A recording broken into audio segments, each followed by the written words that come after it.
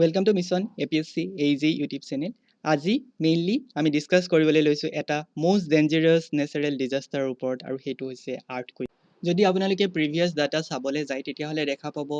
all over the world 1 million death cross কৰা disaster টোৱে হৈছে earthquake. আৰু এতিয়ালৈকে গোটেই worldৰ ভিতৰত সবতকে strongest earthquake টোৰ magnitude আছিলে 9.5. যদি আপোনালোকে ৰিসেন্ট ডাটা সমূহ চাই তেতিয়া হলে দেখা পাব প্ৰত্যেক বছৰে 7 ম্যাগনিটিউডৰ ওপৰৰ around 15 to 16 টা মান আৰ্থকুইক হোৱা দেখা যায় সো সেই কাৰণে আজিৰ এই ভিডিওটোত আমি মেইনলি ডিসকাস কৰিম আৰ্থকুইক কিহৰ কাৰণে হয় what is the reason behind the earthquake আৰু লগতে আমি ডিসকাস কৰিম as a civil engineer কোন কেইটা পইণ্ট আমি জানি থোৱাটো ভাল related to earthquake আৰু as a general knowledge point of view this video is also helpful earthquake কি কাৰণে হয় জানিবলৈ হলে ফাৰ্স্ট আপোনালোকে জানিব লাগিব আৰ্থৰ লেয়াৰ সমূহ earth is made up of several layers including internal core outer core তাৰ পিছতে mantle আৰু crust টোটেল 4টা পাৰ্ট আছে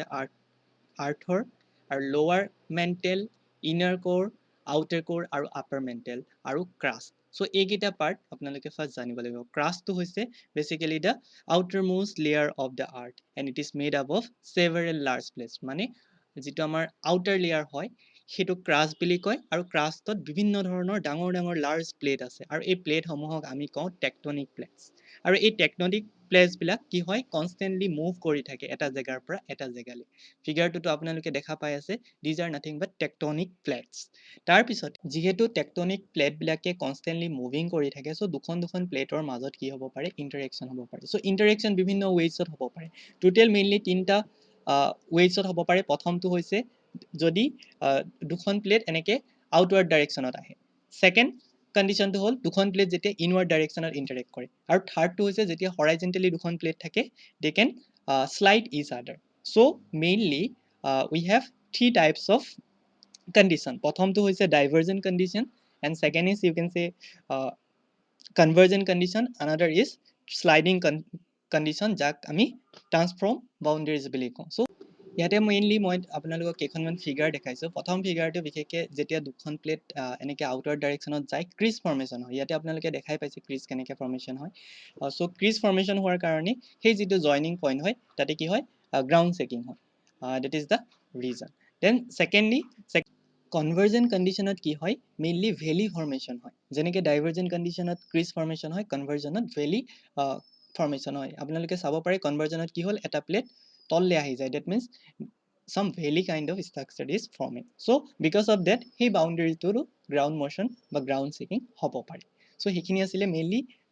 boundaries condition for divergent and convergent so another important is transform boundaries jetia dukhon plate direct parallelly meet up hoy ba horizontally meet up hoy tetia hole plate gikhone ki slide koribole arambho kore যেতিয়া দুখন প্লেটে এখনে আনখনৰ লগত slip কৰে তেতিয়া যিখন slip plan formation হয় সেই প্লেনখনক আমি কম ফল্ট প্লেন আৰু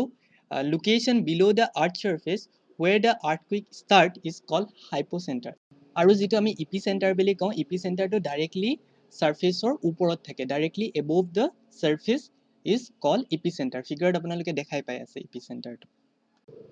আৰু এটা আৰ্থকুইক ৰিলেটেড টাৰ্ম আপোনালোকে পায়ে শুনা পায় that is called aftershock so যেতিয়া এটা ডাঙৰ ভূমিকম্প আহে বা ডাঙৰ আৰ্থকুইক আহে